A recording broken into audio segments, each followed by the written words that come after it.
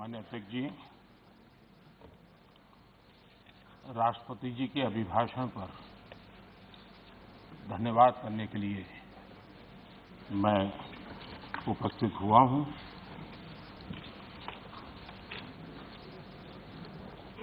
आदरणीय राष्ट्रपति जी ने अपने भाषण में आत्मनिर्भर भारत को लेकर के और आकांक्षी भारत को लेकर के गत दिनों के जो प्रयास हैं उसके संबंध में विस्तार से बात कही है। मैं सभी आदरणीय सदस्यों का बहुत आभार व्यक्त करता हूं जिन्होंने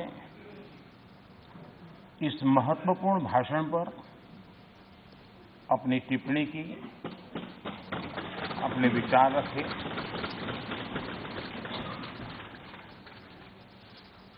आदरणीय अध्यक्ष जी,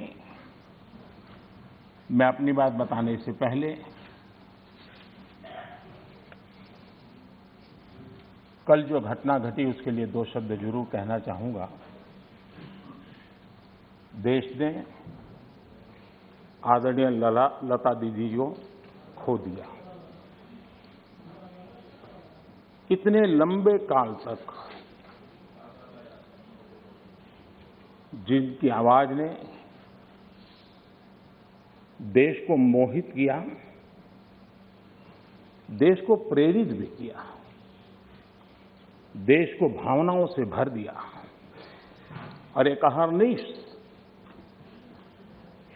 सांस्कृतिक धरोहर को मजबूत करते हुए और देश की एकता को भी करीब करीब 36 भाषाओं में उन्होंने गाया। ये अपने आप में भारत की एकता और अखंडता के लिए भी एक प्रेरक उदाहरण है। मैं आज आदरणीय लता दीदी जी को आदरपूर्वक श्रद्धांजलि देता हूं। आदरणीय अध्यक्ष जी, इतिहास इस बात का गवाह है कि द्वितीय विश्व युद्ध के बाद विश्व में बहुत बड़ा बदलाव आया। एक नया वर्ल्ड ऑर्डर जिसमें हम सब लोग जी रहे हैं। मैं साफ देख रहा हूं कि कोरोना काल के बाद विश्व एक नए वर्ल्ड ऑर्डर की तरफ, नई व्यवस्थाओं की तरफ बहुत तेजी से आगे बढ़ रहा है। एक ऐसा टर्निंग पॉइंट है कि हम लोग एक भारत के रूप में इस अवसर को गंवाना नहीं चाहिए। मेन टेबल पर भारत की आवाज भी बुलंद रहनी चाहिए। भारत ने एक लीडरशिप रोल के लिए अपने आप को कम नहीं आंकना चाहिए और इस परिप्रेक्ष्य में आजादी का अमृत महोत्सव, आजादी के 75 साल अपने आप में एक प्रेरक अवसर है। उस प्रेरक अवसर को लेकर के, नए संकल्पों को लेकर के देश जब आजादी के 100 साल मनाएगा तब तक हम पूरे सामर्थ्य से, पूरी शक्ति से, पूरे समर्पण से, पूरे संकल्प से देश को उस जगह पर लेके पहुंचेंगे। ये संकल्प का समय है। आदरणीय अध्यक्ष जी, बीते वर्षों में देश ने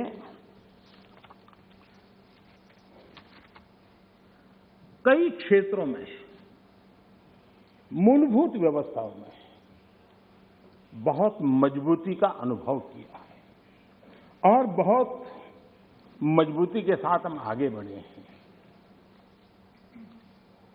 प्रधानमंत्री आवास योजना गरीबों को रहने के लिए घर हो।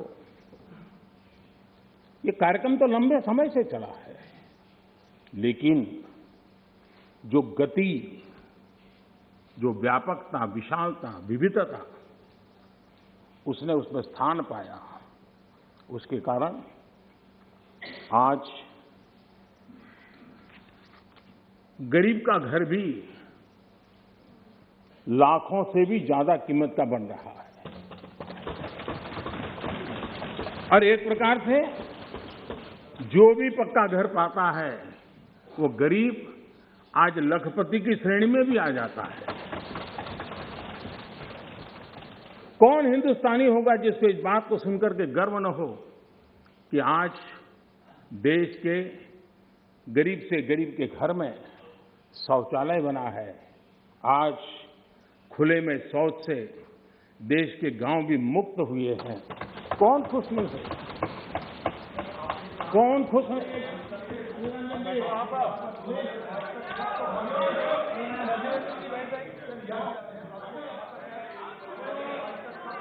ठीक नहीं है।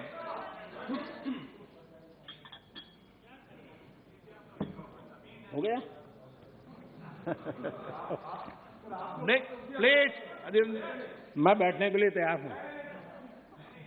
आप बोलिए। नहीं, प्लीज अजय जी। आपको धन्यवाद करके शुरू करूं। बहुत बहुत धन्यवाद।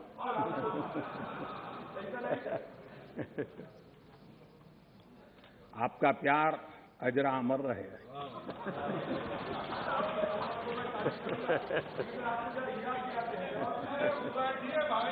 Please please please.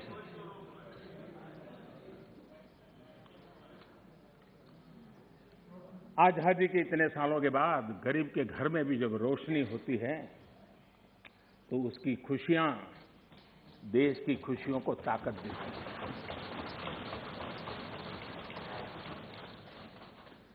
चूल्हे के धुएं से जलती हुई आंखों के साथ काम करने वाली मां को, गरीब मां को, और जिस देश में घर में गैस कनेक्शन हो यह स्टेटस सिंबल बन चुका था, उस देश में गरीब के घर में गैस का कनेक्शन हो, धुएं वाले चूल्हे से मुक्ति हो, तो उसका आनंद कुछ और ही होता है। हमारी माताएं बहनें उनका पूरा प्लीज दादा, प्लीज बैठिए। आपको मैंने पर्याप्त मौका दिया, तरीका ठीक नहीं है। दादा को बीच बीच में मौका देना चाहिए, क्योंकि दादा उम्र के इस पड़ाव में भी बचपना का मजा लेते रहते हैं।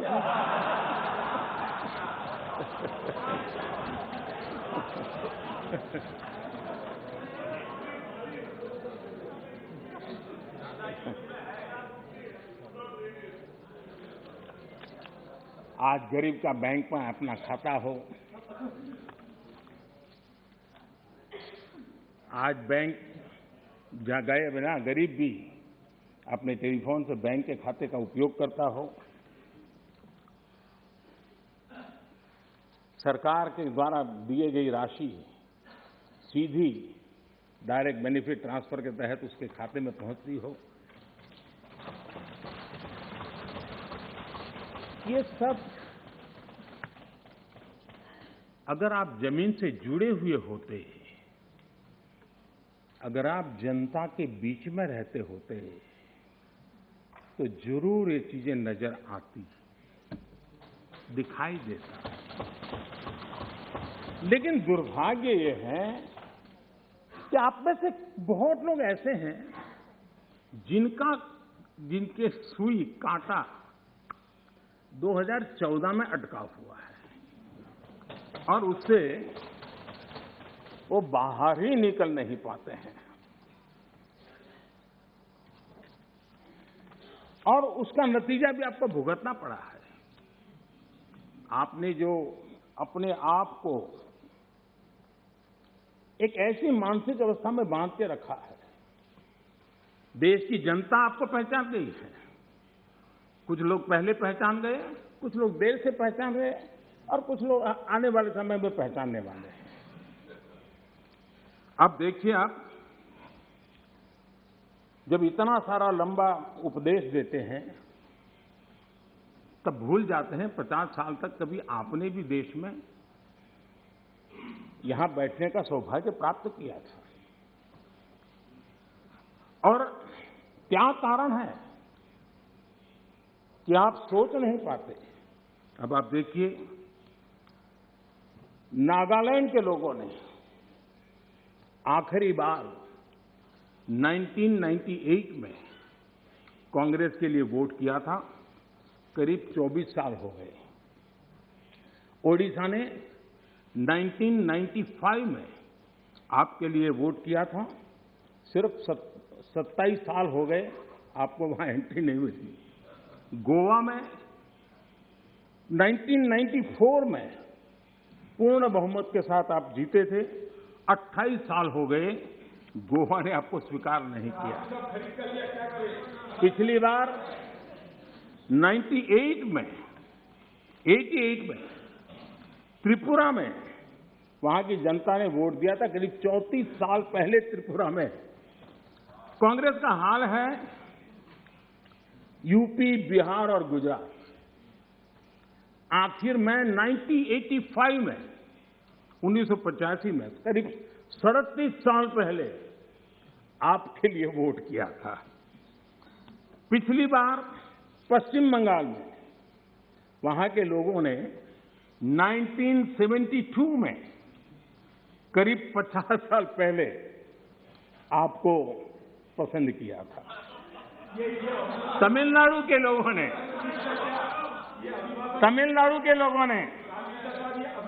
प्लीज तमिलनाडु, मैं इसके लिए सहमत हूं। कागज लेके बाद में बोल लेना। अगर आप उस मर्यादा का पालन करते और इस जगह का उपयोग न करते, और बड़ा दुर्भाग्य है देश का कि सदन जैसी पवित्र जगह देश के लिए काम आनी चाहिए, उसको दल के लिए काम में लेने का जो प्रयास हो रहा है, और उसके कारण जवाब देना हमारी मजबूरी बन जाती है।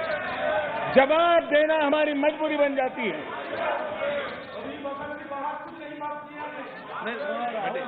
माननीय अध्यक्ष जी, तमिलनाडु आखिर में 1962 में, यानी करीब 60 साल पहले आपको मौका मिला था। तेलंगाना बनाने का श्रेय लेते हैं, लेकिन तेलंगाना बनने के बाद भी वहां की जनता ने आपको स्वीकार नहीं किया। झारखंड का जन्म हुआ,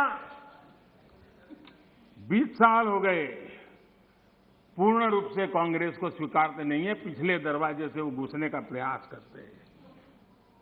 माननीय अध्यक्ष जी, सवाल चुनाव नतीजों का नहीं है, सवाल उन लोगों की नीयत का है, उनकी नेक दिली का है कि इतने बड़े लोकतंत्र में इतने साल तक शासन में रहने के बाद देश की जनता हमेशा हमेशा के लिए उनको क्यों नकार रही है। और जहां भी ठीक से लोगों ने राह पकड़ ली, दोबारा आपको प्रवेश करने नहीं दिया है। इतना सारा होने के बावजूद भी हम तो एक चुनाव हार जाए ना, महीनों तक न जाने इकोसिस्टम क्या क्या करती है। इतना सारा पराजय होने के बावजूद भी न आपका अहंकार जाता है, न आपकी इकोसिस्टम आपके अहंकार को जाने देती है।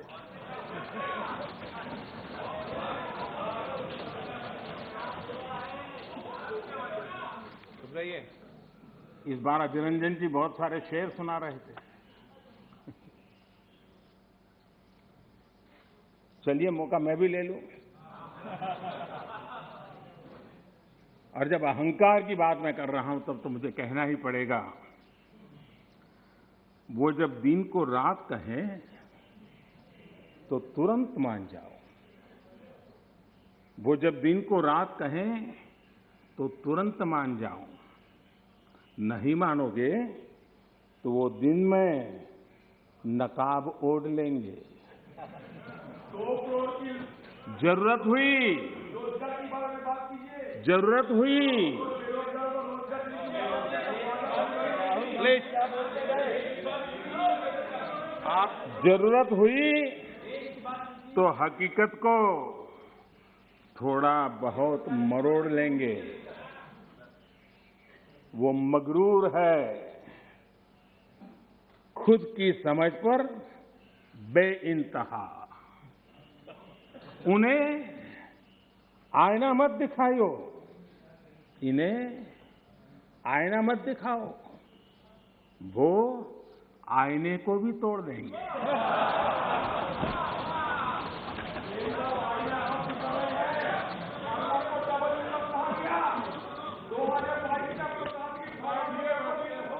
Please please please please please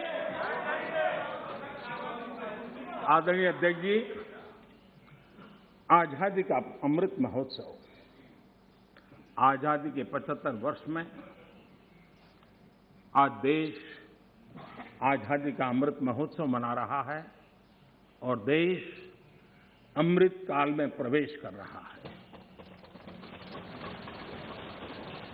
आजादी की इस लड़ाई में जिन जिन लोगों ने योगदान किया, वो किसी दल के थे या नहीं थे, इन सब से परे उठ करके देश के लिए जीने मरने वाले लोग, देश के लिए जवानी खपाने वाले लोग, ये हर किसी को स्मरण करने का, पुण्य स्मरण करने का अवसर है और उनके सपनों को याद करते हुए कुछ संकल्प लेने का अवसर है। आदरणीय अध्यक्ष जी, हम सब संस्कार से, स्वभाव से, व्यवस्था से लोकतंत्र के प्रतिबद्ध लोग हैं और आज से नहीं, सदियों से हैं। लेकिन ये भी सही है,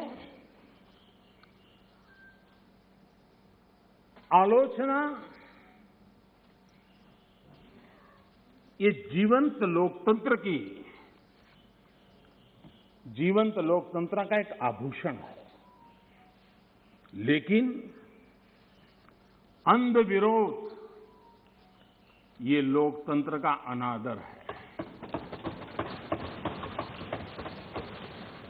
सबका प्रयास, इस भावना से भारत ने जो कुछ हासिल किया है, अच्छा होता उसे खुले मन से स्वीकार किया गया होता, उसका स्वागत किया होता, उसका गौरवगान करते। बीते 2 सालों में 100 साल का सबसे बड़ा वैश्विक महामारी का संकट पूरी दुनिया की मानव जात झेल रही है।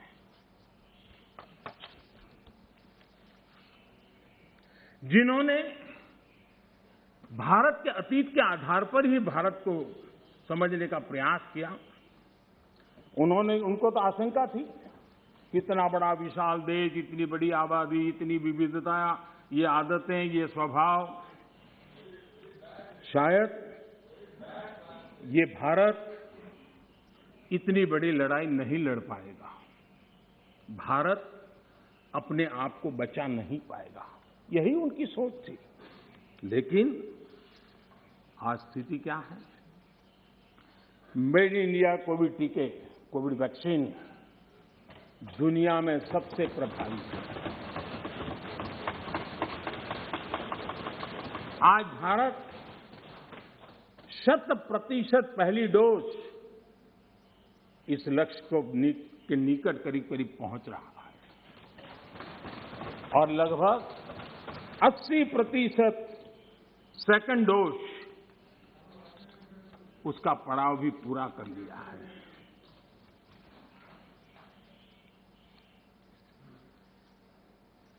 माननीय अध्यक्ष जी, कोरोना एक वैश्विक महामारी थी, लेकिन उसे भी दलगत राजनीति के लिए उपयोग में लाया जाए, क्या ये मानवता के लिए अच्छा है? भारत जैसे, आपको मैं प्लीज प्लीज माननीय अध्यक्ष जी, मैंने प्लीज अधीर रंजन जी, आपको पर्याप्त समय माननीय अध्यक्ष जी,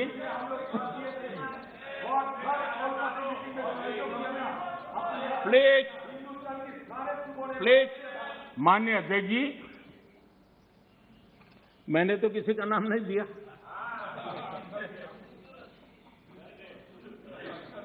कोई भी टोपी पहन लेने की क्या जरूरत है जी? अरे क्यों? लेकिन जब आप खड़े ही हो गए तो अब मैं नाम दे करके बोलना चाहता हूं। अब आप खड़े ही हो गए हैं तो मैं नाम दे करके बोलना चाहता हूं। इस कोरोना काल में कांग्रेस ने तो हद कर दी।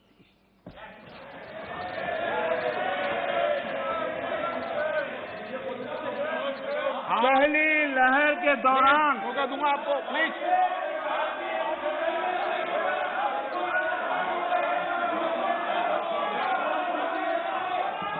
देखिए माननीय सदस्य, प्लीज बैठिए, ये तरीका ठीक नहीं है।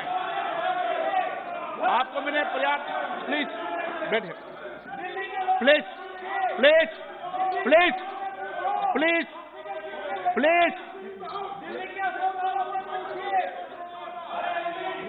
माननीय अध्यक्ष जी, अभी तो मैंने सिर्फ इतना का हद कर दी।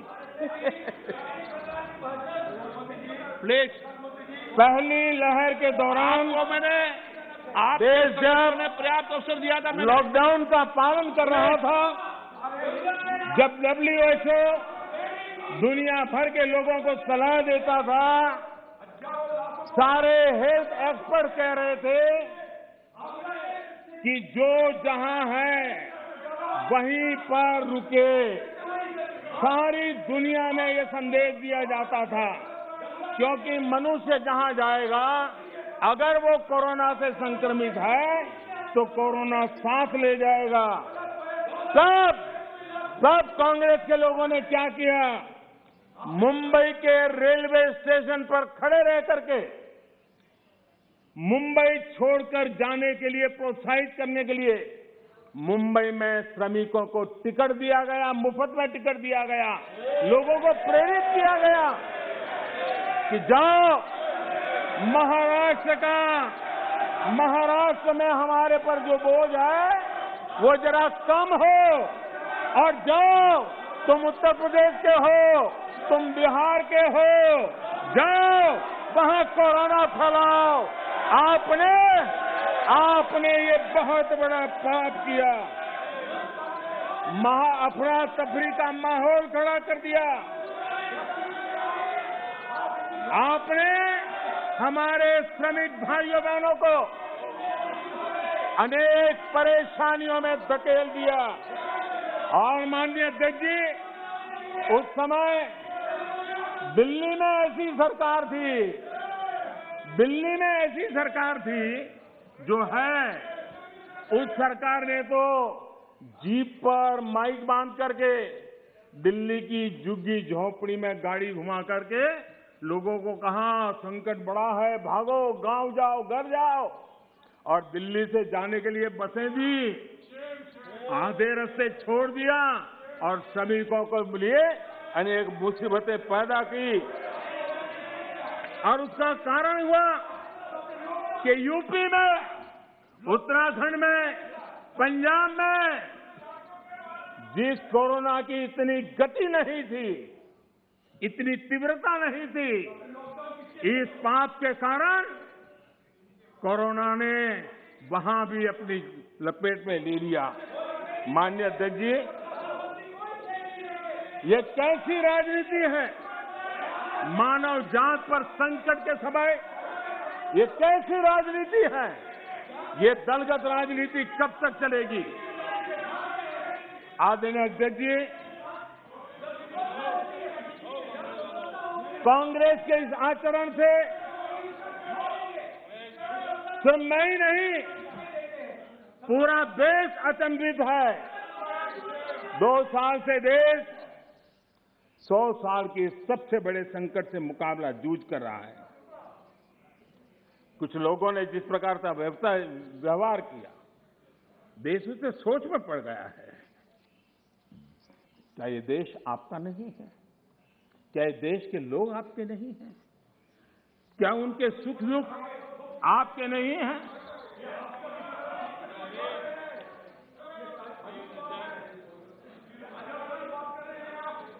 इतनी बड़ी संकट आया, कई राजनीतिक दल के नेता जरा आत्मनिरीक्षण करें।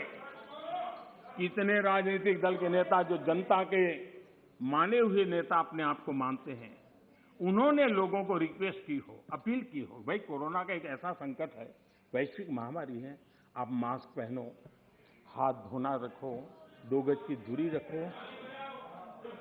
कितने नेता हैं? क्या ये बार बार देश की जनता को अगर कहते तो उसमें कोई बीजेपी की सरकार को क्या फायदा होने वाला था? मोदी को क्या फायदा होने वाला था? लेकिन इतने बड़े संकट में भी इतना सा पवित्र काम करने से भी चूक गए।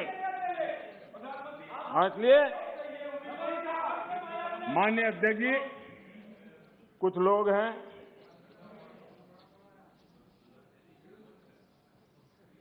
उनको ये इंतजार था कि ये कोरोना वायरस मोदी की छवि को चपेट में ले लेगा। बहुत इंतजार किया और कोरोना ने भी आपके धैर्य की बड़ी कसौटी की है। आए दिन आप लोग औरों को नीचा दिखाने के लिए महात्मा गांधी का नाम लेते हैं। महात्मा गांधी की स्वदेशी की बात, इसको बार बार दोहराने में हमें कौन रोकता है? अगर मोदी वोकल फॉर लोकल कहता है, मोदी ने कहा इसलिए शब्दों को छोड़ दो भाई, लेकिन क्या आप नहीं चाहते हैं देश आत्मनिर्भर बने? जिस महात्मा गांधी के आदर्शों की बात करते हैं, तब भारत में इस अभियान को ताकत देने में, जुड़ने में आपका क्या जाता था? उसका नेतृत्व आप लीजिए। महात्मा गांधी जी के स्वदेश के निर्णय को आगे बढ़ाइए, देश का भला होगा। और हो सकता है, हाँ,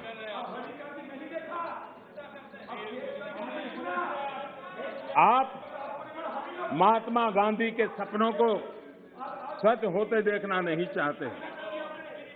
माननीय अध्यक्ष जी, आज पूरी दुनिया योग के लिए, एक प्रकार से कोरोना में तो योग ने दुनिया भर में जगह बना ली। दुनिया भर में कौन हिंदुस्तानी होगा जिसको योग के लिए गर्व न हो? आपने उसका भी मजाक उड़ाया, उसका भी विरोध किया। अच्छा होता आप लोगों को कहते भाई संकट में घर में है, ये योगा कीजिए, आपको फायदा होगा। क्या नुकसान था? फिट इंडिया मूवमेंट चले, देश का नौजवान सशक्त हो, सामर्थ्यवान हो। आपको मोदी से विरोध हो सकता है। फिट इंडिया मूवमेंट, आपके राजनीतिक दलों के छोटे छोटे युवा मंच होते हैं। अगर हम सब ने मिलकर के अगर इस फिट इंडिया के द्वारा देश की युवा शक्ति को इस सामर्थ्य की तरफ आगे बढ़ने के लिए कहते, लेकिन उसका भी विरोध, उसका भी उपहास, यानी क्या हो गया है आपको मुझे समझ नहीं आ रहा है। और इसलिए मैं आज इसलिए कहता हूं आपको ध्यान में आए कि आप कहां खड़े हैं जी।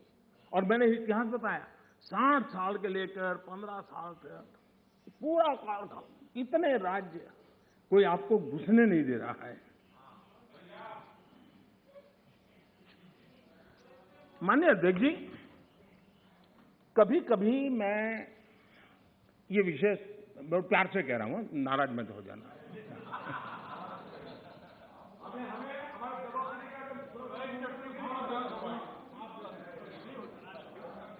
मुझे कभी कभी माननीय अध्यक्ष जी ये विचार आता है, उनके बयानों से, उनके कार्यक्रमों से, उनके कर्तृत्व से, जिस प्रकार से आप बोलते हैं, जिस प्रकार से मुद्दों से जुड़ते हैं, ऐसा लगता है कि आपने मन बना लिया है कि 100 साल तक सत्ता में नहीं आना है।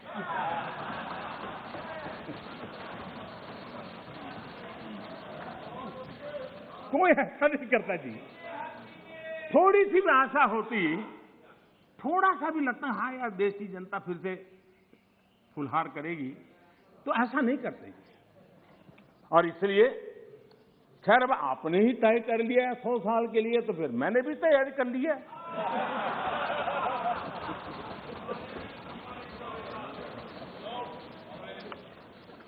मान्य देखिए, ये सदन इस बात का साक्षी है कि कोरोना वैश्विक महामारी से जो बनी स्थितियां, जो स्थितियां उत्पन्न हुई, उसको निपटने के लिए भारत ने जो भी रणनीति बनाई, उसको लेकर के डे 1 से क्या क्या नहीं कहा गया, किसने क्या बोला, आज वो खुद देखेंगे तो उनको हैरानी हो जाएगी, ऐसा कैसे बुलवा लिया, किसने बुलवा लिया, पता नहीं क्या बोल दिए हम लोग। दुनिया के और लोगों से बड़ी बड़ी कॉन्फ्रेंस करके ऐसी बातें बुलवाई गई ताकि पूरे विश्व में भारत बदनाम हो। खुद को टिके रहने के लिए आर्थिक आयोजन को भारत कैसे चल रहा है, माय गॉड क्या कुछ कहा गया, बड़े बड़े पंडितों ने क्या क्या कहा, पूरी आपकी इकोसिस्टम लग गई थी। हम जो भी समझते थे, भगवान ने जो समझ दी थी, लेकिन समझ से ज्यादा समर्पण बहुत बड़ा था। और जहां समझ से समर्पण ज्यादा होता है, वहां देश और दुनिया को अर्पण करने की ताकत भी होती है, और वो हमने करके दिखाया है।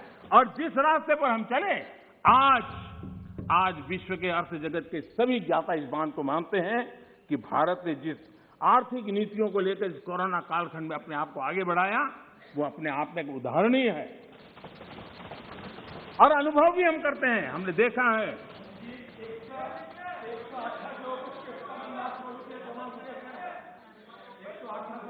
माननीय जी, भारत आज दुनिया की, माननीय अध्यक्ष जी, भारत आज दुनिया की जो बड़ी इकोनॉमीज है, उसमें सबसे तेजी से विकसित हो रही बड़ी अर्थव्यवस्था है। माननीय अध्यक्ष जी, इस कोरोना कालखंड में भी हमारे किसानों ने रिकॉर्ड पैदावार की, सरकार ने रिकॉर्ड खरीदी की। दुनिया के अनेक देशों में जहां खाने का संकट पैदा हुआ, और आपको पता होगा 100 साल पहले जो आपदा आई थी, उसके जो रिपोर्ट है उसमें ये बात कही गई है कि बीमारी से मरने वालों की जैसी तादाद है, वैसी भूख से मरने वालों की भी बड़ी तादाद है। उस समय के 100 साल पहले की रिपोर्ट में है। इस देश ने किसी को भूख से मरने नहीं दिया। 80 करोड़ से अधिक देशवासियों को मुफ्त राशन उपलब्ध कराया, और आज भी करा रहे हैं। माननीय अध्यक्ष जी, हमारा total export historically highest record पर है, और ये कोरोना काल में है। कृषि एक्सपोर्ट ऐतिहासिक रूप से टॉप पर पहुंचा है। सॉफ्टवेयर एक्सपोर्ट नई ऊंचाई तरफ बढ़ रहा है। मोबाइल फोन एक्सपोर्ट अभूतपूर्व वृद्धि हुई है। डिफेंस एक्सपोर्ट, कईयों को परेशानी हो रही है। ये आत्मनिर्भर भारत का कमाल है कि आज देश डिफेंस एक्सपोर्ट में भी अपनी पहचान बना रहा है। एफडीआई और एफपीआई, माननीय अध्यक्ष जी,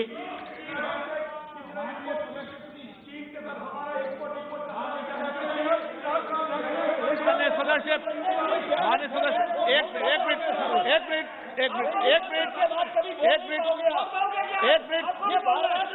आप चुप रहिए, आप शांत रहिए, आप शांत रहिए प्लीज। माननीय सदस्य प्लीज, एक मिनट चुप रहिए आप भी। माननीय सदस्य, आप चुप रहिए। आपको किसने इजाजत दी? बैठिए। माननीय सदस्यगण, मैंने सभी माननीय सदस्यों को पर्याप्त समय, पर्याप्त अवसर दिया है, लेकिन माननीय सदस्य, आपने जब बोला तो मैंने कहा कि कोई भी इस सदन में नेता बोल रहे हैं, कोई टिप्पणी नहीं करेंगे, लेकिन आज आप, ये उचित व्यवहार नहीं है। सदन के नेता बोल रहे हैं, सदन की गरिमा को बनाए रखें, ये मेरा आपसे आग्रह है। आपको मैं बोलने का मौका दूंगा।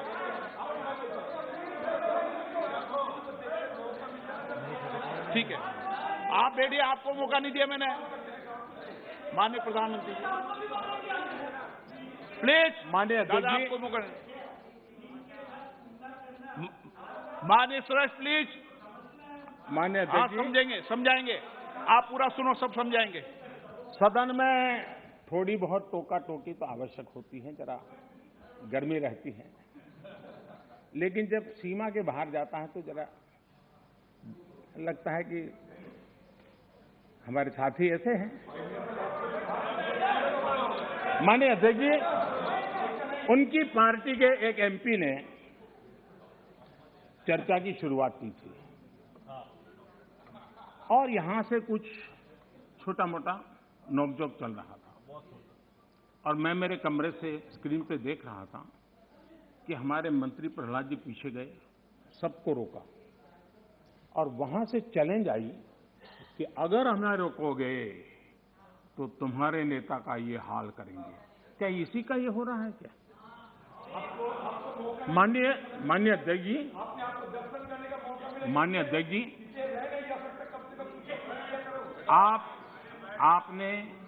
आपको अब हर एक को अपना सीआर सुधारने की कोशिश तो करनी चाहिए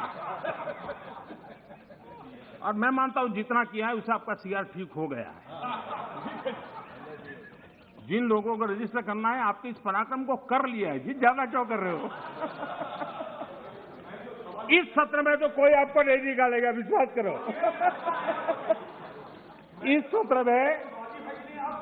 इस सत्र में आपको कोई निकालने का नहीं, मैं आपको गारंटी देता हूं।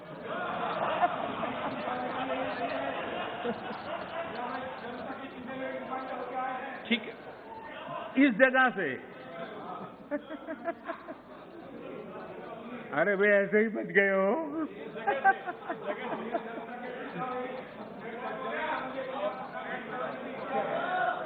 माननीय अध्यक्ष जी, एफडीआई और एफपीआई का रिकॉर्ड निवेश आज भारत में हो रहा है। रिन्यूएबल एनर्जी के क्षेत्र में आज हिंदुस्तान दुनिया के टॉप 5 कंट्रीज में है। माननीय अध्यक्ष जी, ये सब इसलिए संभव हुआ है कि कोरोना काल में इतना बड़ा संकट सामने होने के बावजूद भी अपने कर्तव्य को निभाते हुए इस संकट के काल में देश को बचाना है तो रिफॉर्म जरूरी थी और हमने वो जो रिफॉर्म किए उसका परिणाम है कि आज हम इस तरीके से स्थिति पर आगे पहुंचे। माननीय अध्यक्ष जी, एमएसएमई सदस्य प्लीज सहित आप बैठिए। हर उद्योग को गलत तरीका है आपका। जरूरी सपोर्ट दी, बैठिए, ऐसे नहीं चलेगा। नियमों को, प्रक्रियाओं को सरल किया। आत्मनिर्भर भारत का जो मिशन है उसको हमने चरितार्थ करने के लिए भरपूर कोशिश की। ये सारी उपलब्धियां ऐसे हालत में देश ने हासिल की हैं जब अंतर्राष्ट्रीय स्तर पर आर्थिक जगत में बहुत बड़ी उथल पाथल आज भी चल रही है। सप्लाई चेन पूरी तरह चरमरा गई है। लॉजिस्टिक सपोर्ट में अनेक संकट पैदा हुए हैं। दुनिया में सप्लाई चेन की वजह से केमिकल फर्टिलाइजर पर कितना बड़ा संकट आया है और भारत आयात करने पर डिपेंडेंट है। कितना बड़ा आर्थिक बोझ देश पर आया है। पूरी विश्व में हालत पैदा हुई है, लेकिन भारत ने किसानों को इस पीड़ा झेलने के लिए मजबूर नहीं किया। भारत ने वो सारा बोझ देश ने अपने कंधों पर उठाया और किसान को ट्रांसफर नहीं होने दिया है। भारत ने फर्टिलाइजर की सप्लाई को भी निरंतर जारी रखा है। कोरोना के संकट काल में भारत ने अपनी खेती को, अपने छोटे किसानों को संकट से बाहर निकालने के लिए बड़े फैसले लिए। मैं कभी कभी सोचता हूं, जो लोग जड़ों से कटे हुए लोग हैं, 2-2, 4-4 पीढ़ी से महलों में बैठने की आदत हो गई है, वो देश के छोटे किसानों की क्या समस्या है वो समझ ही नहीं पाए। उनके अगल बगल में जिन किसानों की उनकी पहुंच थी, उससे आगे देख नहीं पाए हैं। और मैं कभी ऐसे लोगों को पूछना चाहता हूं कि छोटे किसानों के प्रति आपकी इतनी नफरत क्यों है? क्या आप छोटे किसानों के कल्याण के लिए आप रोड़े अटकाते रहते हो? छोटे किसानों को इस संकट में डालते हो। माननीय अध्यक्ष जी, अगर गरीबी से मुक्ति चाहिए तो हमें हमारे छोटे किसानों को मजबूत बनाना होगा। ग्रामीण अर्थव्यवस्था को मजबूत बनाना है तो हमारे छोटे किसानों को मजबूत बनाना होगा।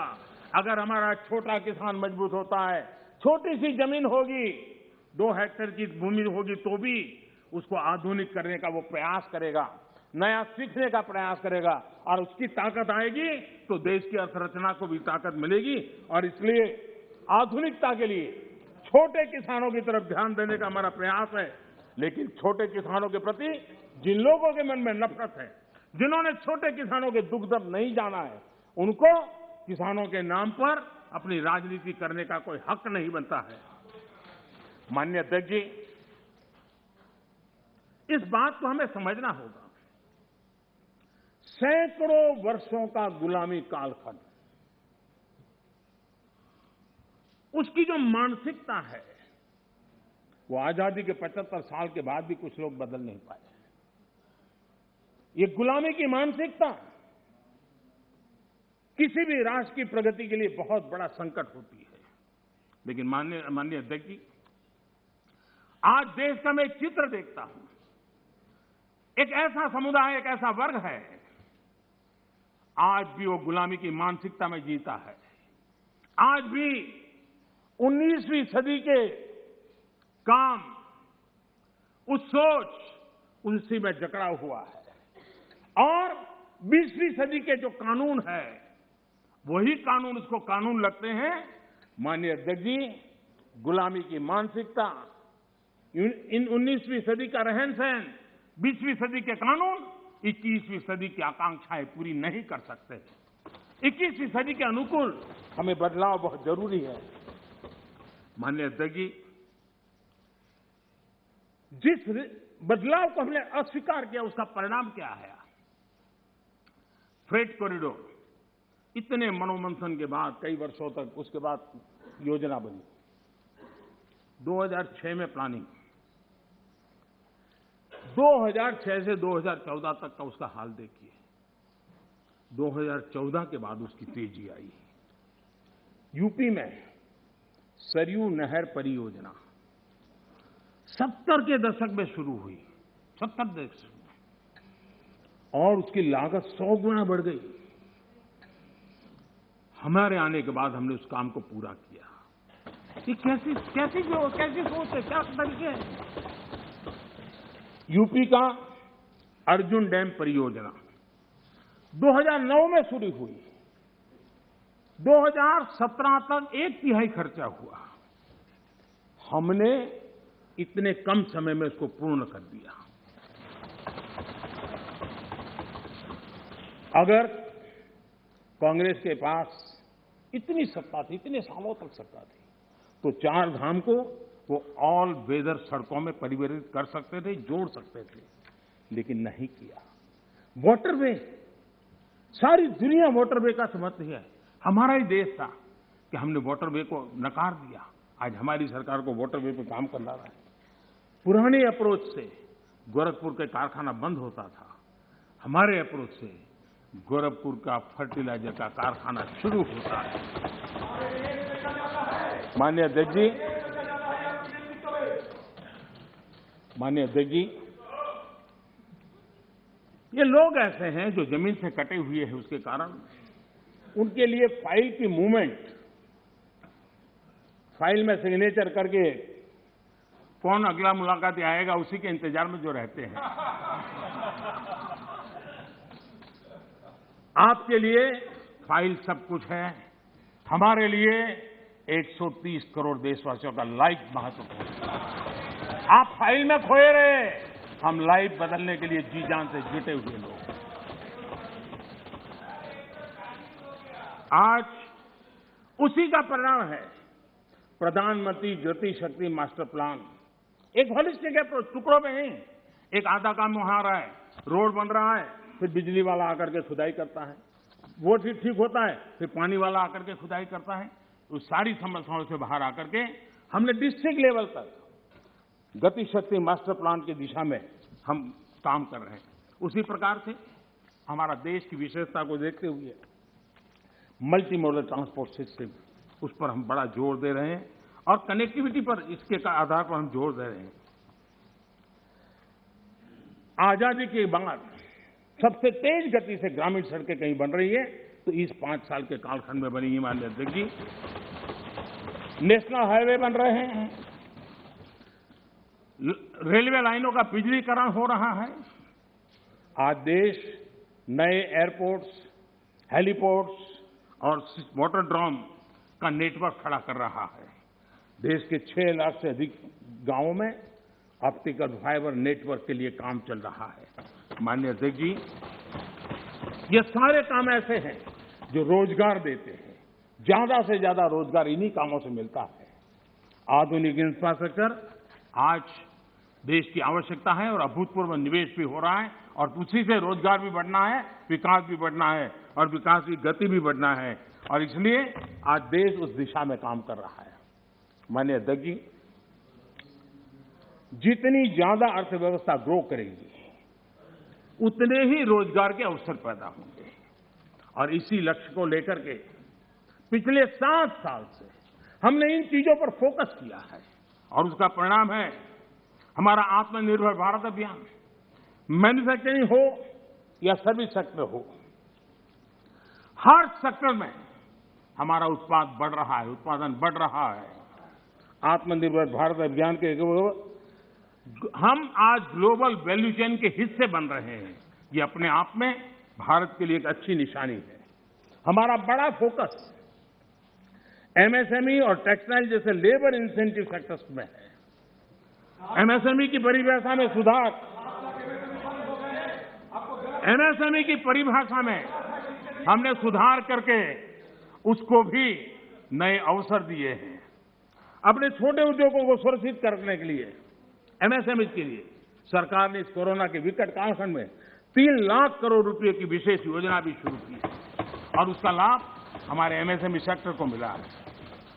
और इसका बहुत बढ़िया स्टडी एसबीआई ने किया है। एसबीआई का स्टडी कहता है कि 13.5 लाख एमएसएमई इस योजना के कारण बर्बाद होने से बच गए हैं। एसबीआई का स्टडी कहता है 1.5 करोड़ नौकरियां बची हैं और करीब 14% एमएसएमई लोन्स के कारण एनपीए होने की जो संभावना थी उससे बच गए हैं। माननीय अध्यक्ष जी, जो सदस्य जमीन पर जाते हैं वो इसके प्रभाव को देख सकते हैं। विपक्ष के भी कई साथी मुझे मिलते हैं, कहते हैं कि साहब ये इस योजना ने बहुत बड़ा लाभ किया है, एमएसएमई सेक्टर को इस संकट की घड़ी में बहुत बड़ा सहारा दिया है। माननीय अध्यक्ष जी, उसी प्रकार से मुद्रा योजना कितनी सफल रही, हमारी माताएं बहनें कितनी इस क्षेत्र में आई है। लाखों लोग बिना गारंटी बैंक से लोन लेकर के आज अपना स्वरोजगार की दिशा में आगे बढ़े और खुद तो करते हैं, 1-2 लोगों को रोजगार भी देते हैं। स्वनिधि योजना, स्ट्रीट वेंडर्स, कभी हमने सोचा नहीं, पहली बार आजादी के बाद स्ट्रीट वेंडर्स को बैंक के अंदर से लोन मिल रहा है और हमारा स्ट्रीट वेंडर डिजिटल ट्रांजैक्शन कर रहा है और करोड़ों श्रमिकों को लाभ मिल रहा है। हमने गरीब श्रमिकों के लिए 2 लाख करोड़ रुपए से ज्यादा खर्च किए हैं। आत्मनिर्भर भारत रोजगार योजना के तहत हजारों लाभार्थियों के खाते में हमने सीधे पैसे ट्रांसफर किए हैं। माननीय अध्यक्ष जी, इंडस्ट्री को गति देने बेहतर इंफ्रास्ट्रक्चर की बहुत जरूरत होती है। पीएम गति शक्ति नेशनल प्लान, मास्टर प्लान, ये हमारे लॉजिस्टिक कॉस्ट को बहुत कम करेगा। उसके कारण देश में भी माल सस्ते में पहुंच पाएगा और एक्सपोर्ट करने वाले लोग भी दुनिया के साथ में कंपटीशन कर पाएंगे और इसलिए पीएम गति शक्ति प्लान आने वाले दिनों में बहुत लाभकारक होने वाला है। माननीय अध्यक्ष जी, सरकार ने एक और बड़ा काम किया है। नए क्षेत्रों को, एंटरप्रेन्योर्स को, उसके लिए हमने ओपन कर दिया है।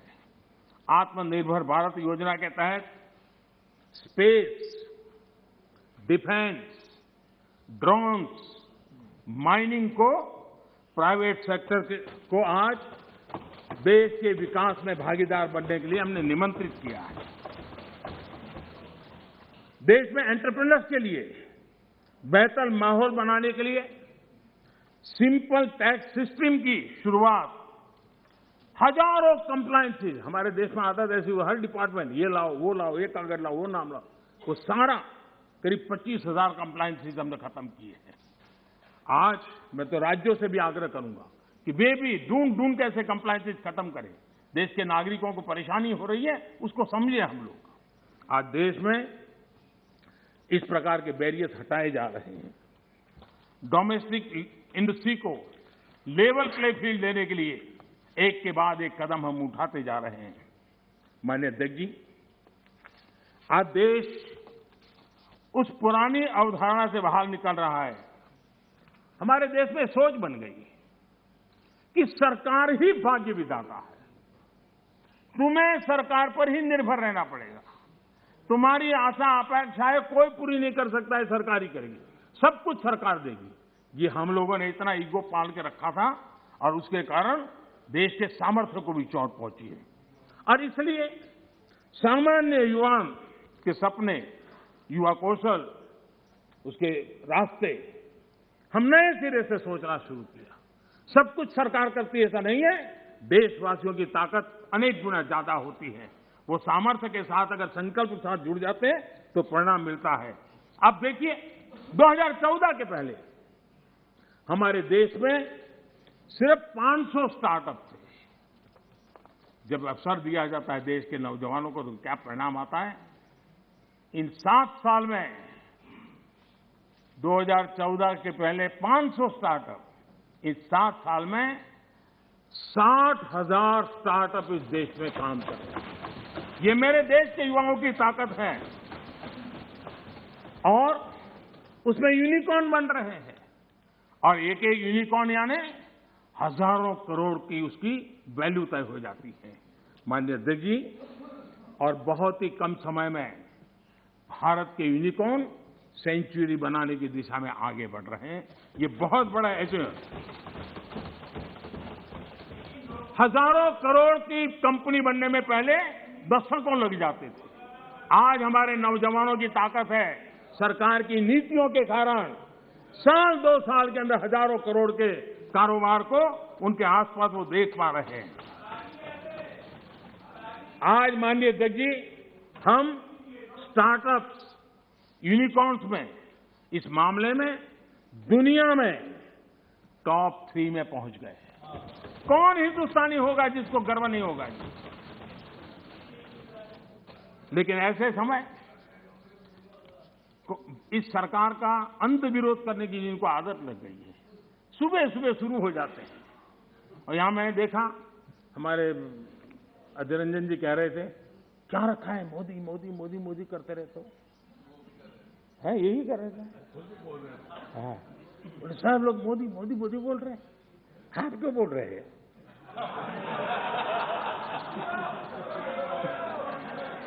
आप लोग सुबह होते ही शुरू हो जाते हैं। एक पल, आप लोग एक पल मोदी के बिना नहीं बिता सकते। अरे मोदी तो आपकी प्राण शक्ति है। मोदी जी प्रधानमंत्री इसलिए मोदी का नाम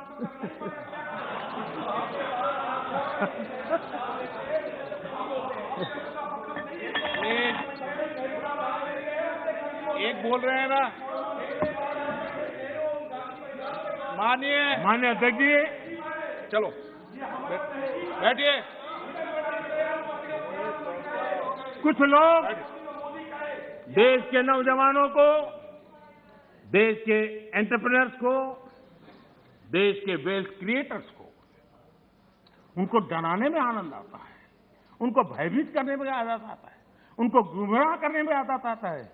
देश का नौजवान उनकी बातें सुन नहीं रहा है, इसके कारण देश आगे बढ़ रहा है। माननीय अध्यक्ष जी, आज जो यूनिकॉर्न है, यही उसमें से कुछ मल्टीनेशनल कंपनियां बनने का सामर्थ्य रखती हैं। लेकिन कांग्रेस में ऐसे लोग बैठे हैं जो कहते हैं, जो हमारे उद्यमी हैं उनके लिए कहते हैं, और आपको भी जानकर के आश्चर्य होगा, क्या कहते हैं? वो कहते हैं ये उद्यमी लोग कोरोना वायरस का वेरिएंट, बताइए क्या हो गया? हमारे देश के उद्यमी एक कोरोना वायरस के वेरिएंट है क्या? हम क्या बोल रहे हैं? किसके लिए बोल रहे हैं? कोई जरा आपके अंदर बैठे तो जरा बोलो तो सही, ये क्या हो रहा है? पार्टी का नुकसान हो रहा है, कांग्रेस पार्टी का नुकसान हो रहा है।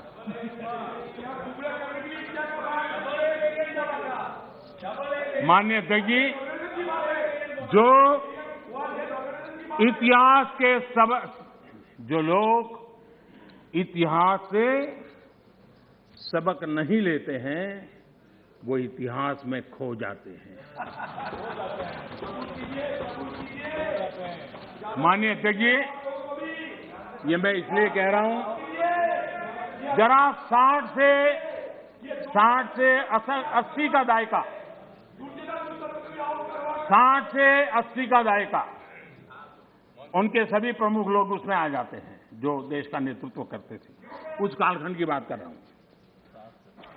60 से 80 के दशक में क्या नैरेटिव होता था?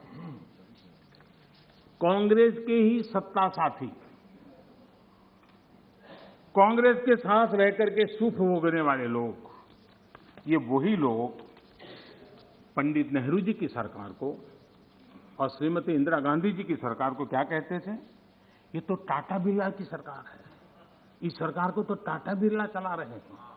60 से 80 दशक तक यही बातें बोली जाती थी, नेहरू जी के लिए बोली जाती थी, इंदिरा जी के लिए बोली जाती थी, और आपने उनके साथ भागीदारी की सत्ता में, लेकिन उनकी आदतें भी ले ली, आप भी उसी भाषा को बोल रहे हो। मैं देख रहा हूं आप इतने नीचे गए हो, इतने नीचे गए हो। हां, मुझे लगता है कि आज पंचिंग बैग बदल गया है, लेकिन आपकी आदत नहीं बदली है। मुझे विश्वास है यही लोग सदन में कहने की हिम्मत करते थे, बाहर तो बोलते ही थे, जहां मौका मिले चुप नहीं रहते थे। वो कहते हैं मेक इन इंडिया हो ही नहीं सकता है। बताओ, इसमें आनंद आ रहा है? कोई ऐसा हिंदुस्तान के लिए सोच सकता है क्या कि मेक इन इंडिया हो ही नहीं सकता? अरे भाई, आपको तकलीफ होगी, हम आकर के करेंगे, ठीक है, ऐसा बोलो। देश को क्यों गाली देते हो जी? देश के खिलाफ क्यों बोलते हो? मेक इन इंडिया हो नहीं सकता। मेक इन इंडिया का मजाक उड़ाया गया, और आज देश की युवा शक्ति ने, देश के एंटरप्रेन्योर ने करके दिखाया है, आप मजाक के विषय बन गए हो।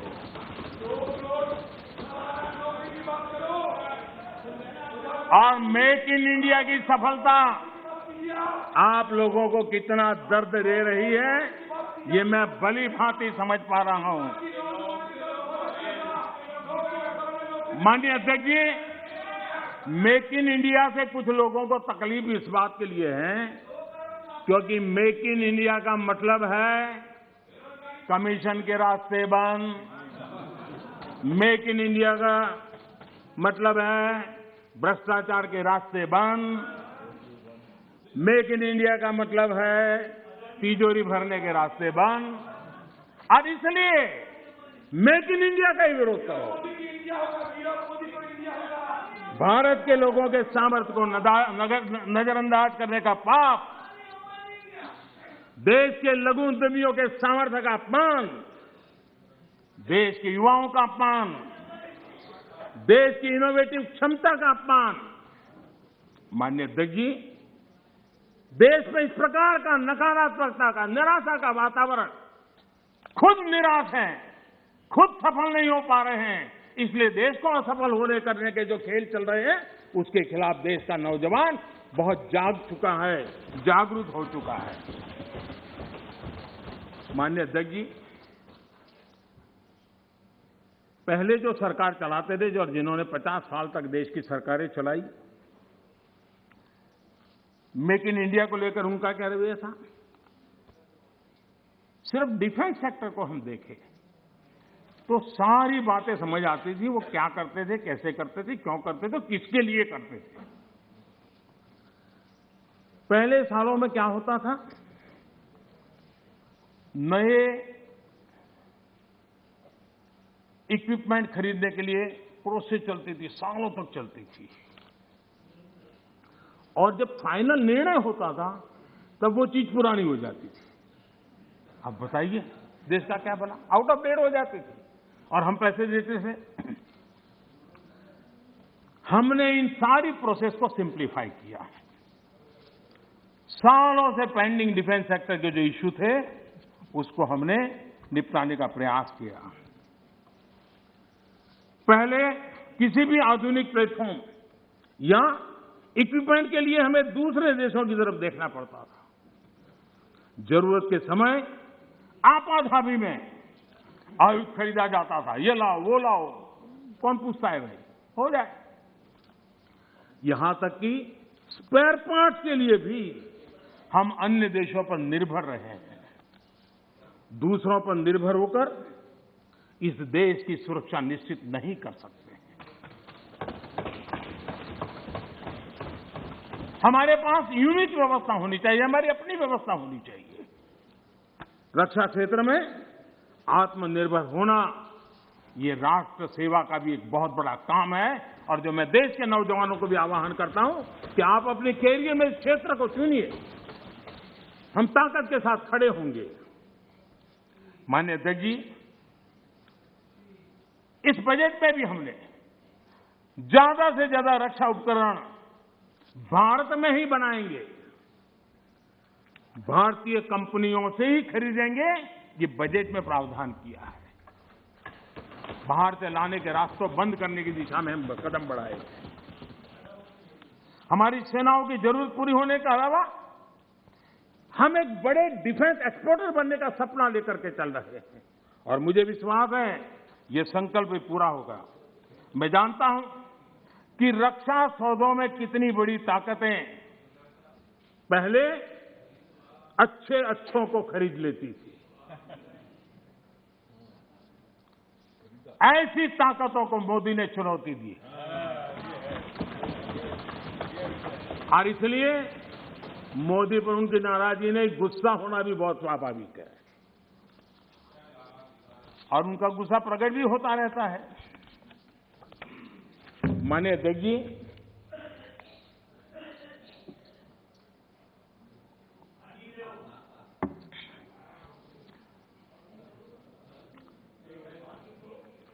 विपक्ष के हमारे कुछ साथियों ने यहां महंगाई का मुद्दा भी उठाया। अच्छा लगता, देश का भी भला होता अगर आपकी ये चिंता तब भी होती जब कांग्रेस के नेतृत्व में यूपीए की सरकार थी। ये दर्द उस समय भी होना चाहिए था। आप शायद भूल गए हैं, मैं जरा आपको याद दिलाना चाहता हूं। कांग्रेस सरकार के आखिरी 5 सालों में लगभग पूरे कार्यकाल में देश को डबल डिजिट महंगाई की मार झेलनी पड़ी थी। हमारे आने से पहले ये स्थिति थी। कांग्रेस की नीतियां ऐसी थी कि सरकार खुद मानने लगी थी कि महंगाई उसके नियंत्रण से बाहर है। 2011 में तत्कालीन वित्त मंत्री जी ने लोगों से बेशर्मी के साथ कह दिया था कि महंगाई कम करने के लिए किसी अलादीन के जादू की उम्मीद न करें। ये आपके नेताओं की असंवेदनशीलता।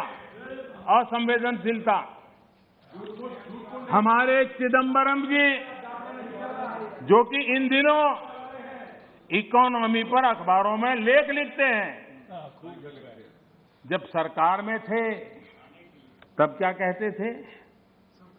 उस समय के नेता क्या कह रहे थे आपके? वो कहते थे 2012 में उन्होंने कहा था कि लोगों को 15 रुपये की पानी की बोतल और 20 रुपये की आइसक्रीम खरीदने में तकलीफ नहीं होती, लेकिन गेहूं चावल पर 1 रुपया बढ़ जाए तो बर्दाश्त नहीं के होता। ये आपके नेताओं के बयान, यानी महंगाई के प्रति कितना असंवेदनशील रवैया था, ये चिंता का कारण है। माननीय अध्यक्ष जी, महंगाई देश के सामान्य मानवी से सीधा जुड़ा हुआ मुद्दा है और हमारी सरकार ने, एनडीए सरकार ने पहले दिन से सतर्क और संवेदनशील रह करके इस मसले को बारीकाई से हैंडल करने का प्रयास किया है और इसलिए हमारी सरकार महंगाई नियंत्रण को अपनी वित्तीय पॉलिसी का प्राथमिक लक्ष्य बनाया हमने। माननीय अध्यक्ष जी, 100 साल में आई इतनी बड़ी महामारी के इस कालखंड में भी हमने प्रयास किया कि महंगाई और जरूरी चीजों की कीमत आसमान न छुए। सामान्य मानवी के लिए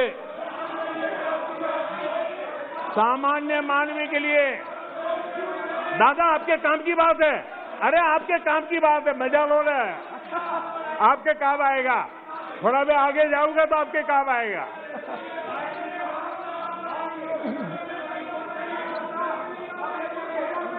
माननीय अध्यक्ष जी, महंगाई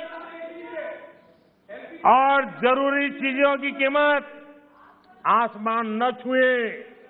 सामान्य मानवी के लिए, खासकर गरीब के लिए महंगाई बर्दाश्त की सीमा से बाहर न हो और महंगाई को नियंत्रण में रखने के लिए हमने क्या किया है, ये आंकड़े खुद बता रहे हैं। कांग्रेस के जहां महंगाई दर डबल डिजिट में थी, 10% से ज्यादा थी, वहीं 2014 से 2020 तक महंगाई 5% से कम रही है। 5% से कम रही है। कोरोना के बावजूद आपको मैं बोलने देना चाहता हूं तो कि आगे आपकी मजा होने वाली है। जरा इंतजार करो, आ रहा हूं।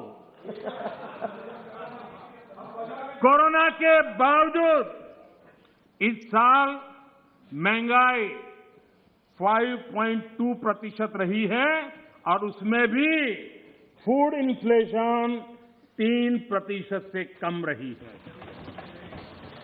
आप अपने समय में वैश्विक परिस्थितियों की दुहाई देकर पल्ला झाड़ लेते थे। वैसे महंगाई पर कांग्रेस के राज में पंडित नेहरू जी ने लाल किले से क्या कहा वो जरा आपको मैं बताना चाहता हूं। पंडित नेहरू देश के पहले प्रधानमंत्री लाल किले से बोल रहे हैं। देखिए, आपकी इच्छा रहती है ना, मैं पंडित जी का नाम नहीं बोलता हूं, आज मैं बार बार बोलने वाला हूं। आज तो नेहरू जी ही नेहरू जी।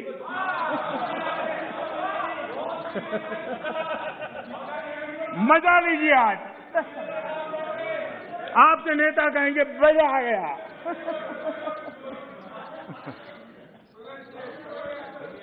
माननीय अध्यक्ष जी, पंडित नेहरू जी ने लाल किले पर से कहा था,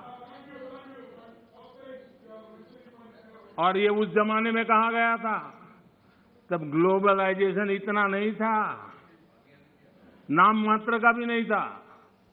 उस समय नेहरू जी लाल किले से देश को संबोधन करते हुए क्या कह रहे हैं?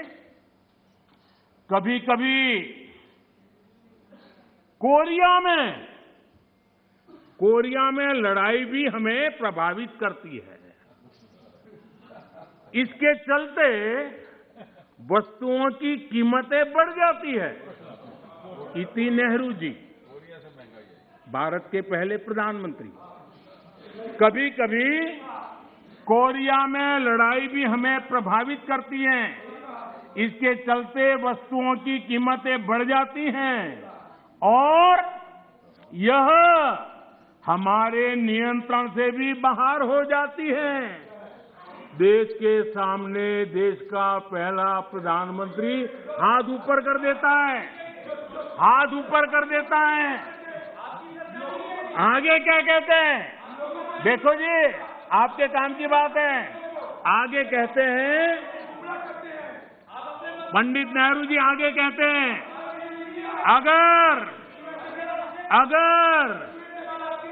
अगर अमेरिका में भी कुछ हो जाता है तो इसका असर भी वस्तुओं की कीमत पर पड़ता है।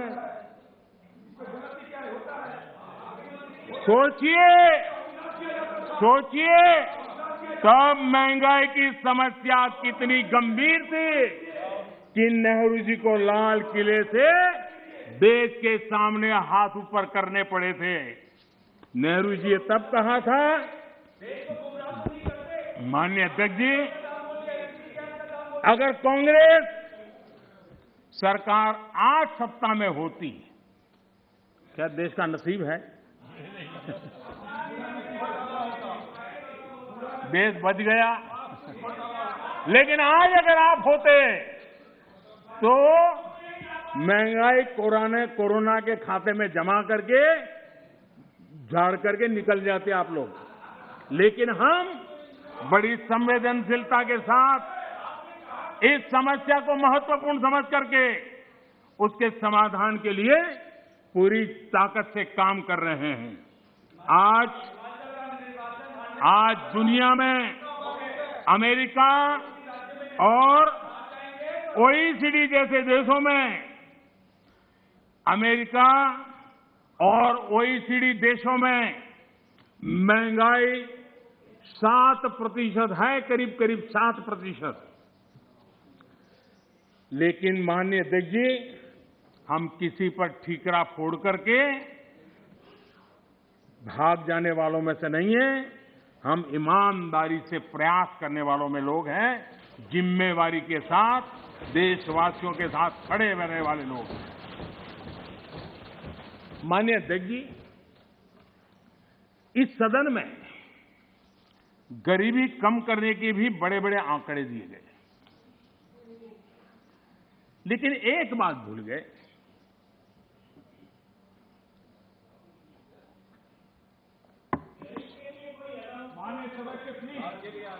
इस देश का गरीब इतना विश्वासघाती नहीं है कि कोई सरकार उसकी भलाई के काम करे और वो फिर उसको ही सत्ता से बाहर करे। ये देश के गरीब के स्वभाव में नहीं है।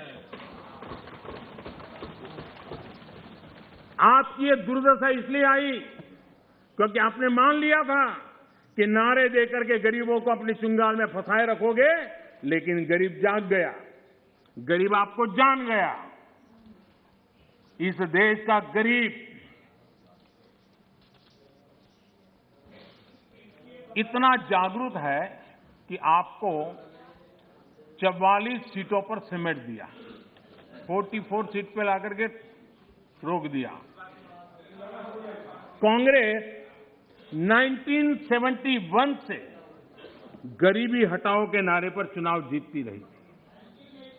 40 साल बाद गरीबी तो हटी नहीं, लेकिन कांग्रेस सरकार ने नई परिभाषा दे दी।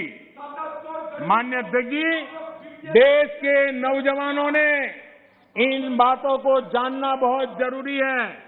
और अध्यक्ष जी, आप देखिए कि ये डिस्टर्ब तब करते हैं कि उनको अंदाजा आता है चोट बड़ी गहरी होने वाली है।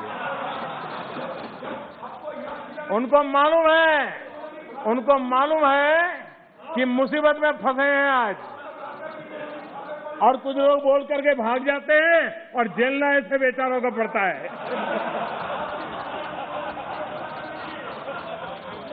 माननीय अध्यक्ष जी, 40 साल बाद कांग्रेस गरीबी तो नहीं हटी, लेकिन गरीबों ने कांग्रेस को हटा दिया। और कांग्रेस ने क्या किया? माननीय अध्यक्ष जी, कांग्रेस ने गरीबी की परिभाषा बदल दी। 2013 में एक ही झटके में उन्होंने कागज पे कमाल करके 17 करोड़ गरीब लोगों को अमीर बना दिया। ये कैसे हुआ? इसकी सच्चाई देश के युवाओं को पता होना चाहिए। मैं आपको उदाहरण देता हूं। आपको मालूम है, हमारे देश में पहले रेलवे में first class, second class, third class होता था। जो फर्स्ट क्लास होता था, एक लाइन लिखी रहती थी दरवाजे के बाजीगर में, सेकंड क्लास में 2 लिखी रहती थी, थर्ड क्लास में 3। इनको लगा ये थर्ड क्लास वाला जरा मैसेज ठीक नहीं है, तो उन्होंने एक लाइन निकाल दी। ये इनके तरीके ऐसे ही हैं, और उनको लगता है कि वो गरीबी हट गई, और उन्होंने सारे उसके बेसिक नॉर्म्स बदल करके कह दिया 17 करोड़ गरीब नहीं गिने जाएंगे। इस प्रकार से आंकड़े बदलने का काम वो करते रहे हैं। माननीय अध्यक्ष जी,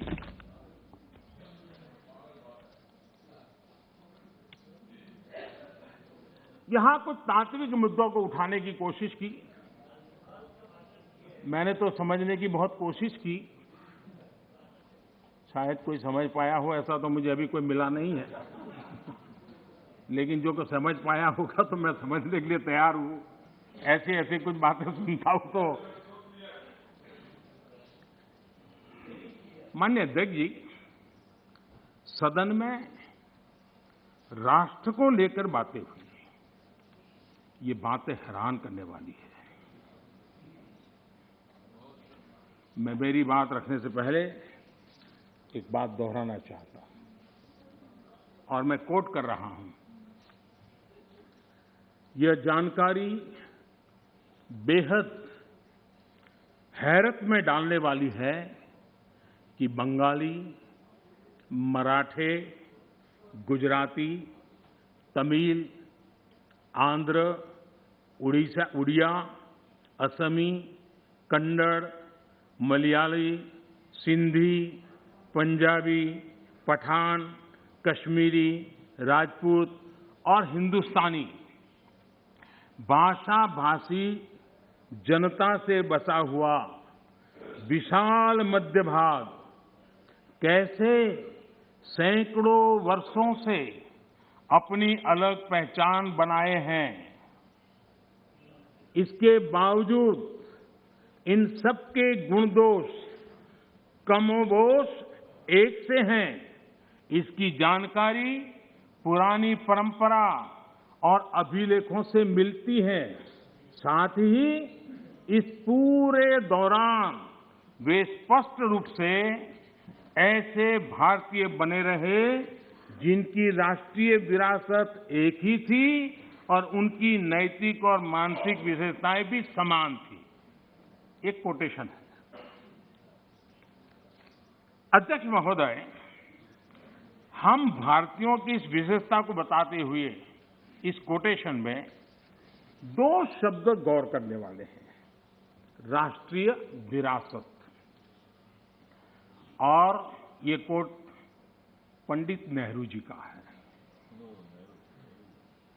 ये बात कही थी नेहरू जी ने और अपनी किताब भारत की खोज में है। हमारी राष्ट्रीय विरासत एक है, हमारे नैतिक और मानसिक विशेषताएं एक है। क्या बिना राष्ट्र के ये संभव है? इस सदन का ये कहकर भी अपमान किया गया कि हमारे संविधान में राष्ट्र शब्द नहीं आता।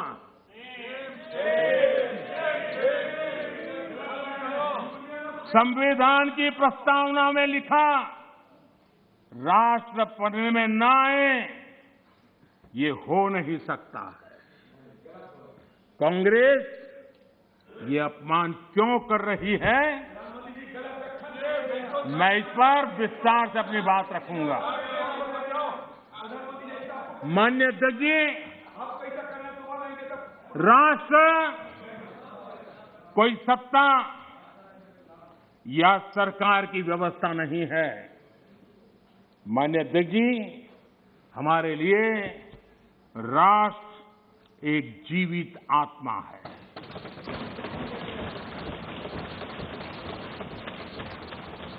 और इससे हजारों साल से देशवासी जुड़े हुए हैं और जूझते रहे हैं।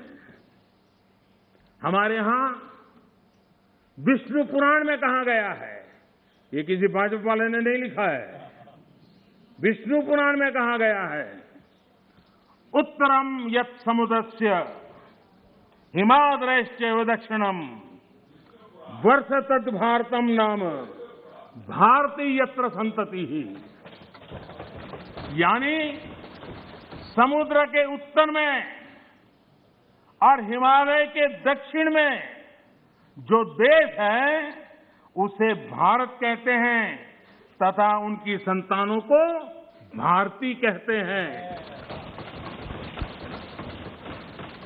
विष्णु पुराण का ये श्लोक अगर कांग्रेस के लोगों को स्वीकार्य नहीं है तो मैं एक और कोट इस्तेमाल करूंगा, क्योंकि कुछ चीजों से आपको एलर्जी हो सकती है।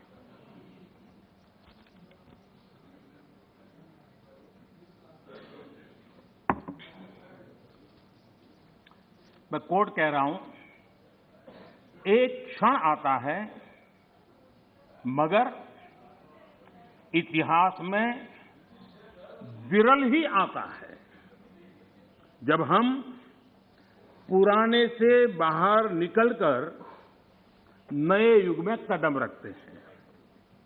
जब एक युग समाप्त हो जाता है, जब एक देश की लंबे समय से दबी हुई आत्मा मुक्त होती है।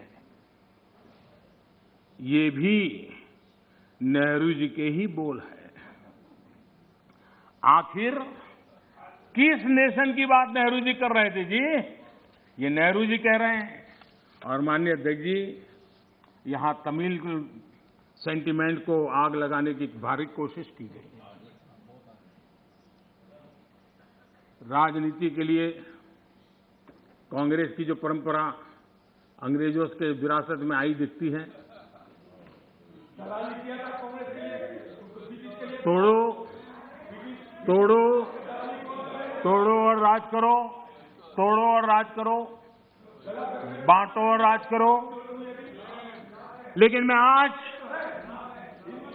तमिल भाषा के महाकवि, माननीय अध्यक्ष जी, तमिल भाषा के महाकवि और स्वतंत्र सेनानी आदरणीय सुब्रमण्यम भारती ने जो लिखा था, मैं यहां दोहराना चाहता हूं।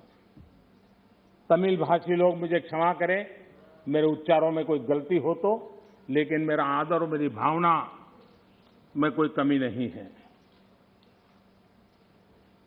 सुब्रमण्यम भारती जी ने कहा था, मन्नुम इमय मलय एंगल मलय पन्नरुम उपनित नुलेंगल नुले पारमिसे एधोरु नुल इधु पोले पोन निलोर भारत नांडेघल नाडे पोड रुवोम इक्ते इमक किलेडे। इसका भावार्थ जो उपलब्ध है वो इस तरह का है। सुब्रमण्यम भारती जी कहते हैं, जो उन्होंने तमिल भाषा में कहा है उसको मैं अनुवाद, जो भाव मुझे उपलब्ध हुआ है मैं कह रहा हूं। सम्मानित जो सकल विश्व में महिमा जिनकी बहुत रही है, महिमा जिनकी बहुत रही है, अमर ग्रंथ से वे सभी हमारे, अमर ग्रंथ वे सभी हमारे, उपनिषदों का देश यही है। सुब्रमण्यम भारती कह रहे हैं, गाएंगे यस हम सब इसका, गाएंगे यस हम सब इसका, यह है स्वर्णिम देश हमारा, यह है स्वर्णिम देश हमारा। आगे कौन जगत में हमसे, आगे कौन जगत में हमसे, यह है भारत देश हमारा, यह है भारत देश हमारा। ये सुब्रमण्यम भारती जी की कविता का भाव है। ये वो संस्कृति है। और मैं आज तमिल के सब नागरिकों को सैल्यूट करना चाहूंगा।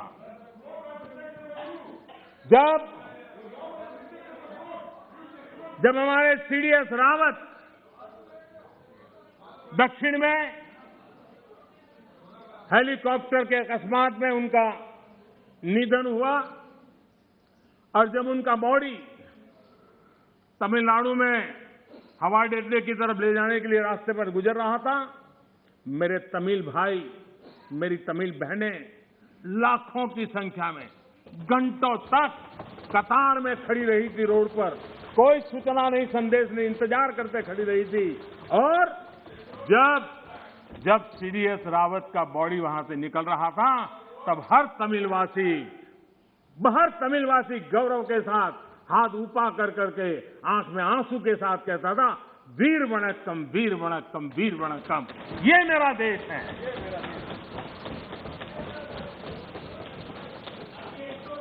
लेकिन कांग्रेस को हमेशा से इन बातों से नफरत रही है।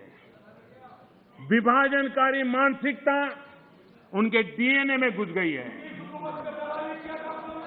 अंग्रेज चले गए, लेकिन बांटो और राज करो, ये नीति कांग्रेस ने अपना चरित्र बना लिया है।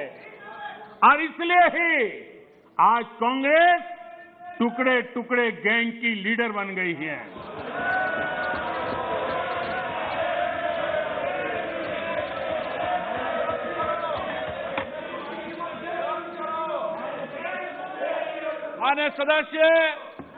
माननीय सदस्य प्लीज, मैंने सभी माननीय सदस्यों को पर्याप्त समय पर्याप्त अवसर दिया था। जब सदन के नेता बोल रहे हैं ये अप्रयादित आचरण आपका ठीक नहीं है, ये सदन की गरिमा नहीं है। जो लोकतंत्र की प्रक्रिया से हमें रोक नहीं पा रहे हैं, वो यहां अनुशासनहीनता करके हमें रोकने की कोशिश कर रहे हैं। लेकिन इसमें भी विफलता मिलेगी, इसमें भी विफलता मिलेगी। माननीय अध्यक्ष महोदय, कांग्रेस पार्टी का सत्ता में आने की इच्छा खत्म हो चुकी है। लेकिन जब कुछ मिलने वाला नहीं है तो कम से कम बिगाड़ तो दो। ये फिलॉसफी पर आज निराशावादी, लेकिन उस मोह में बर्बाद कर करके छोड़ेंगे, इस मोह में देश में वो बीज बो रहे हैं जो अलगाव की जड़ों को मजबूत करने वाले हैं।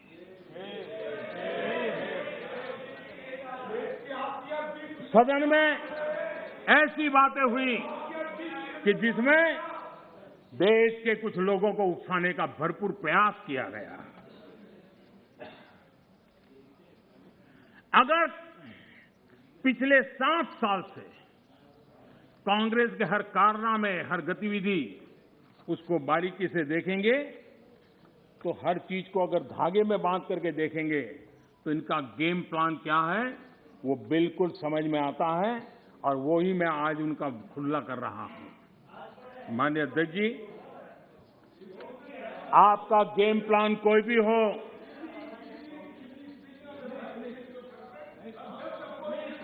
माननीय अध्यक्ष जी, ऐसे बहुत लोग आए और चले गए,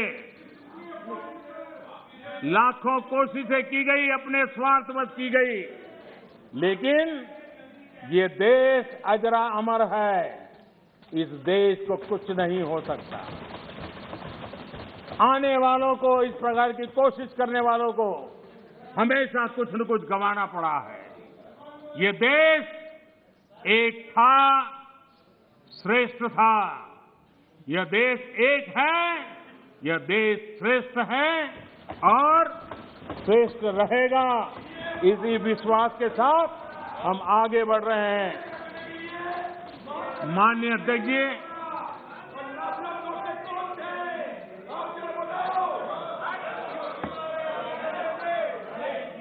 माननीय अध्यक्ष जी, माननीय अध्यक्ष जी, यहां कर्तव्यों की बात करने पर भी ऐतराज जताया गया है। उससे भी कुछ लोगों को पीड़ा हुई है कि देश का प्रधानमंत्री कर्तव्य की बात क्यों करता है। कर्तव्य की चर्चा हो रही है। किसी बात को समझ के अभाव से या बद इरादे से विकृति से घर देना, विवाद खड़ा कर देना ताकि खुद लाइमलाइट में रहे। मैं हैरान हूं, अचानक कांग्रेस को अब कर्तव्य की बात चुभने लगी है। आप लोग, अजय रंजन जी, आप बैठिए। अरे आपकी जिंदगी बोलते रह रहा है, आपका वही काम है। माननीय अध्यक्ष जी,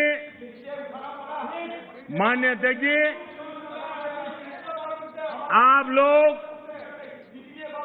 माननीय अध्यक्ष जी,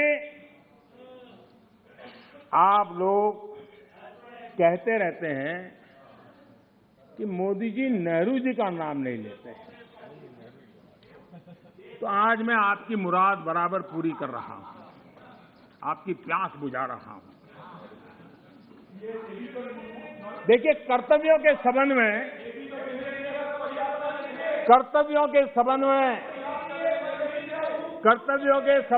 नेहरू जी ने क्या कहा था, जरा मैं आज कोट सुनाता हूं।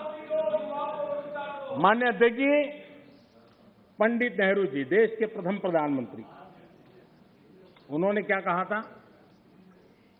मैं आपसे फिर कहता हूं, मैं कोट कर रहा हूं,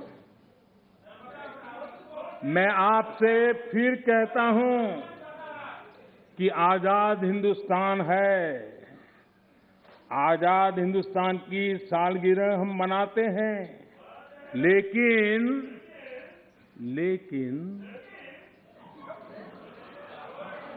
आ गया समझ? सीखो, सीखने में काम आएगा, तैयारी करो। लेकिन आजादी के साथ जिम्मेदारी होती है और कर्तव्य को ही दूसरे शब्दों में जिम्मेदारी कहते हैं। इसलिए कोई समझना हो तो मैं समझा दूं, कर्तव्य को दूसरे शब्दों में जिम्मेदारी कहते हैं। अब ये पंडित नेहरू का कोट है। मैं आपसे फिर कहता हूं कि आजाद हिंदुस्तान है, आजाद हिंदुस्तान की सालगिरह हम मनाते हैं, लेकिन आजादी के साथ जिम्मेदारी होती है। जिम्मेदारी, कर्तव्य खाली हुकूमत की नहीं, जिम्मेदारी हर एक आजाद शख्स की होती है और अगर आप उस जिम्मेदारी को महसूस नहीं करते, अगर आप समझते नहीं, तब पूरी तौर पर आप आजादी के माने नहीं समझे और आप आजादी को पूरी तौर से बचा नहीं सकते हैं।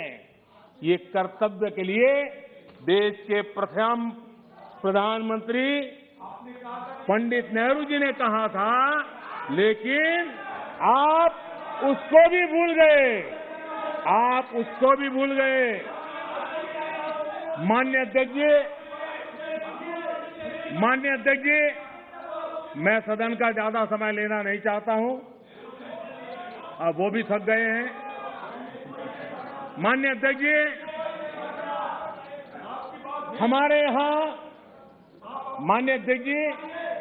हमारे यहां कहा गया है क्षणशः, हमारे यहां कहा गया है क्षणशः कणश्चैव विद्याम अर्थच साधयेत्।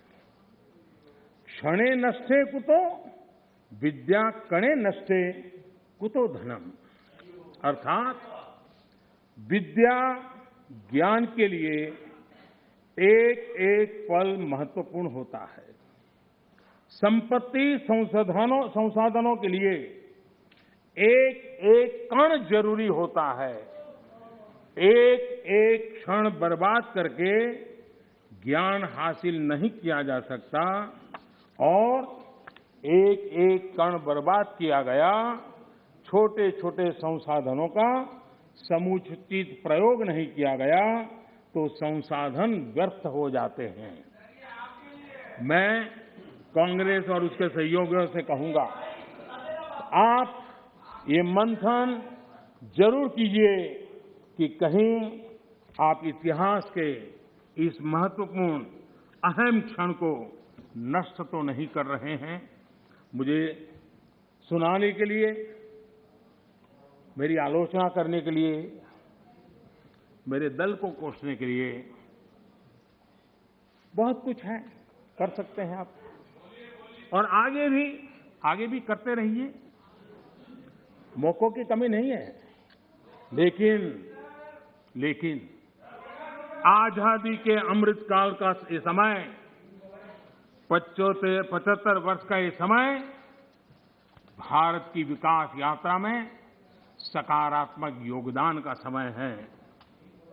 मैं विपक्ष के और यहां पर बैठे हुए भी सभी साथियों से और इस सदन के माध्यम से देशवासियों से भी आजादी के इस अमृत महोत्सव के पर्व पर आग्रह करता हूं, निवेदन करता हूं, अपेक्षा करता हूं कि आओ इस आजादी के अमृत महोत्सव को हम नए संकल्पों के साथ, आत्मनिर्भर भारत बनाने के संकल्प के साथ एकजुट होकर हम लग जाएं, कोशिश करें पिछले 75 साल में जहां जहां हम कम पड़े हैं उसको पूरा करें और आने वाले 2047 के शताब्दी वर्ष बनाने से पहले देश को कैसा बनाना है उसका संकल्प लेकर के आगे बढ़े।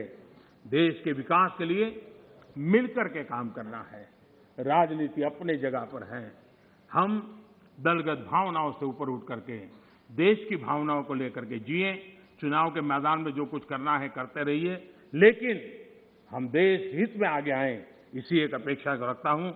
आजादी के 100 वर्ष जब होंगे, ऐसे ही सदन में जो लोग बैठे होंगे वो जरूर चर्चा करेंगे कि ऐसी मजबूत नींव पर, ऐसी प्रगति के पर पहुंची हुई 100 साल की उस यात्रा के बाद देश ऐसे लोगों के हाथ में जाए ताकि उनको आगे ले जाने का मन कर दे। हम यही सोचें कि जो समय मिला है उसका हम सदुपयोग करें। हमारे स्वर्णिम भारत के निर्माण में हम कोई कोताही न बरतें, पूरे सामर्थ्य के साथ उसमें काम में लगे। माननीय अध्यक्ष जी, मैं फिर एक बार राष्ट्रपति जी के उद्बोधन को, धन्यवाद प्रस्ताव को अनुमोदन करता हूं और मैं इस सदन में चर्चा में भाग लेने वाले सभी माननीय सांसदों का भी फिर से एक बार धन्यवाद करते हुए आपने जो अवसर दिया, रोका टोका की कोशिश के बावजूद भी मैंने सभी विषयों को स्पर्श करने का प्रयास किया है। बहुत बहुत धन्यवाद। माननीय सदस्यगण, धन्यवाद प्रस्ताव पर 13 सदस्यों के प्रस्ताव आए हैं। श्री N.K. प्रेमचंदन जी, प्रोफेसर सोगल राय, खासतौर से कांग्रेस पर कहा कि हमारा देश श्रेष्ठ था, एक है, रहेगा, लेकिन कांग्रेस अलगाववाद के बीज बो रही है। कांग्रेस ने वोट डालो और राज करो अंग्रेजों से सीखा और वही नीति अभी भी अपना रही है। 100 साल तक सत्ता नहीं चाहती कांग्रेस। कांग्रेस ने ये मान लिया है कि सत्ता अब हमें नहीं मिलेगी। जमकर कांग्रेस पे बरसे प्रधानमंत्री नरेंद्र मोदी। राष्ट्रपति के अभिभाषण पर धन्यवाद प्रस्ताव देते हुए प्रधानमंत्री नरेंद्र मोदी ने लोकसभा में विपक्ष पर जमकर हमला बोला। उन्होंने एक एक मुद्दे पर कांग्रेस को घेरा। उन्होंने जब कोरोना ने हमारे देश पर प्रहार किया, मजदूरों का पलायन हुआ, तो कांग्रेस के साथ साथ दिल्ली की आम आदमी पार्टी की सरकार अरविंद केजरीवाल पर भी वार किया कि उन्होंने मजदूरों को अपने राज्य से निकालकर अधर में छोड़ दिया, घर जाने के लिए उकसाया। इन दोनों पर यानी कि अरविंद केजरीवाल और कांग्रेस पर बरसते हुए प्रधानमंत्री नरेंद्र मोदी ने यह कहा कि उन्होंने देश को गुमराह किया। प्रधानमंत्री नरेंद्र मोदी आज जब बोले तो वो विभिन्न मुद्दों पर बोले। 2014 से पहले की बात भी उन्होंने कही कि जब महंगाई डबल डिजिट में थी तब कांग्रेस ने क्यों कुछ नहीं किया। उन्होंने कांग्रेस को आड़े हाथों लेते हुए कहा कि कांग्रेस, और आगे बढ़ते हुए प्रधानमंत्री नरेंद्र मोदी ने कहा कि टुकड़े टुकड़े गैंग की लीडर है कांग्रेस, अलगाव के बीज बो रही है कांग्रेस, लोगों को भड़का रही है कांग्रेस। और प्रधानमंत्री नरेंद्र मोदी आज जब बोले अपने इस लंबे संबोधन, बड़े संबोधन में उन्होंने कांग्रेस को निशाने पर लिया। उन्होंने कहा कि हम देश को विकास के पथ पर तेजी से दौड़ाना चाहते हैं, लेकिन कांग्रेस अड़ंगा लगाती है।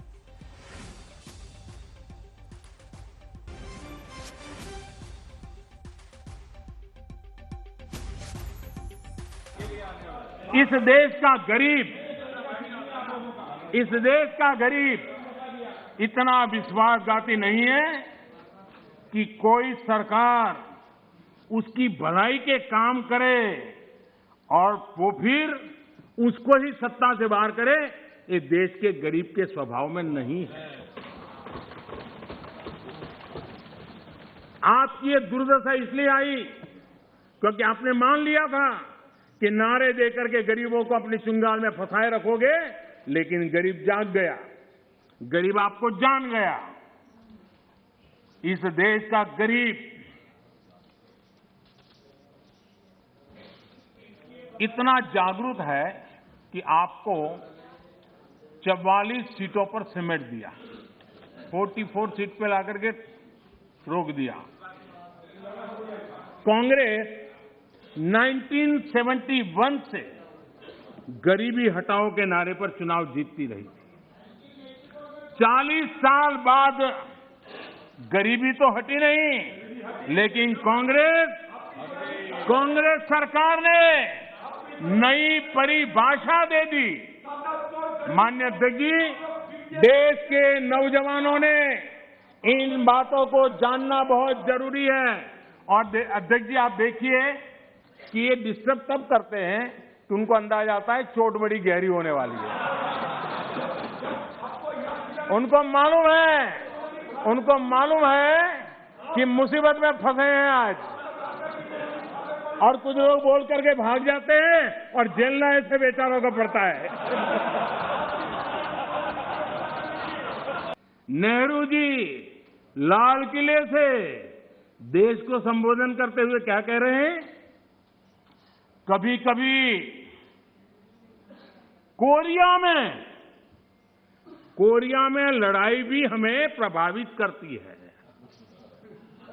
इसके चलते वस्तुओं की कीमतें बढ़ जाती है।